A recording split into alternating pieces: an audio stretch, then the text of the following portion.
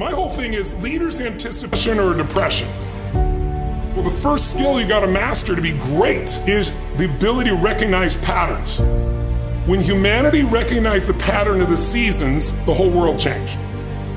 Because we went from hunter-gatherers trying to survive from place to place where we're exposed to everything, to wait a second, if we plant in the springtime, we protect in the summer, we reap in the fall, and then we hang on to some of that so we can live through the winter. That created communities for the first time, and then eventually cities and states and countries. So that changed the world. What'll change a person's life is when you realize there's also a set of seasons in your own life.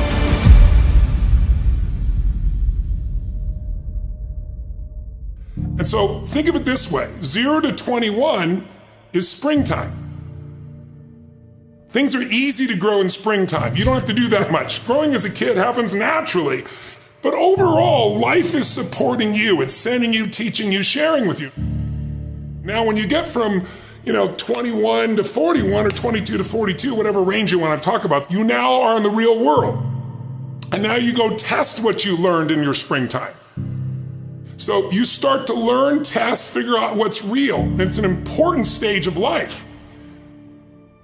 42, 43 to 62, 63 is the power of your life. If you worked hard in the spring and the summer, and you put yourself out there and you planted, it's a reaping time. It's a time when you really become a leader. And then if you're lucky, you go from 63 to 83 and maybe 83 to 103, and you have an extended final season of your life where you get to be the mentor, you get to share. You get to make a difference. And maybe towards the end of your life, people look out for you again after you looked out for everybody else. That's kind of the cycle of life. What if you're born in 1910? World War I ends, the world looks like it's a great place, new technology, cars, radio, and then what happens? An explosion of abundance, the roaring 20s, and so you're a kid, you're 14, 15 years old, and you're like, I can't wait to get a car, to go. But what happened when that person hit the next stage of life at 19, 20, 21 years old? As they came of age, it's 1929. And suddenly, people are jumping out of buildings, total depression, dust bowl, nobody's got jobs. It looks horrific, and it was horrific. But did they get a break? No, when they turned 29, it's 1939. It looked like the whole world was gonna end. Hitler was sweeping across Europe, bombing London. It literally looked like the world as we know it was over. This is what gives me great optimism for everyone watching here.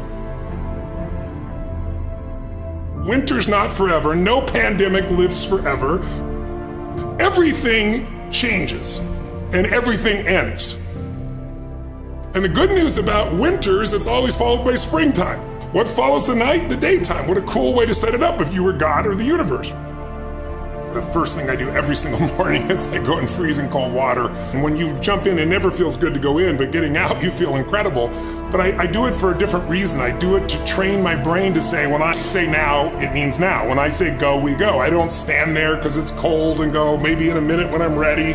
But I always do it because I've trained my brain, this is how we work. And if you train your brain to do that every single day, then it'll do it on the more difficult and important things in life.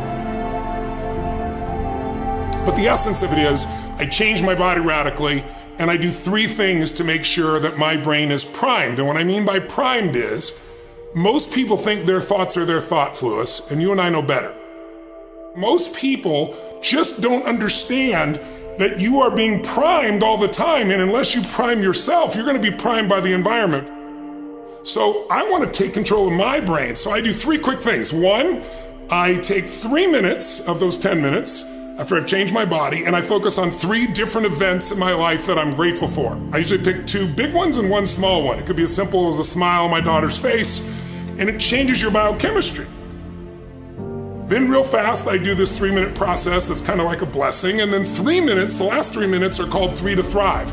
where I focus on 3 things I want to accomplish, but instead of thinking I want to accomplish, I see, feel, and experience it as done. I feel grateful, I celebrate it, and it trains your brain. So in 10 minutes, I'm done. 3rd thing that I'll do, I immediately send a message or a text or an audio message to somebody as a sincere compliment. And I don't go, dude, great job, or wow, you're cool. I say, hey, listen, I saw you on Tuesday with those kids, and I saw you take that extra 20 minutes no one else did. And I just want you to know, I saw that, I thought that was incredible. So I'm always very specific so they know it's not just some positive thinking bullshit call, it's sincerely doing it. It makes me constantly look for the good in the people I work with. 4th thing I do is whatever I don't want to do, the most challenging part of the day. What's a story we all love? It's the comeback story. It's the comeback, it's the Rocky, it's that music where all of a sudden you step back up and you take control and rock. Good times create weak people. Weak people create bad times. Bad times create strong people. Strong people create good times.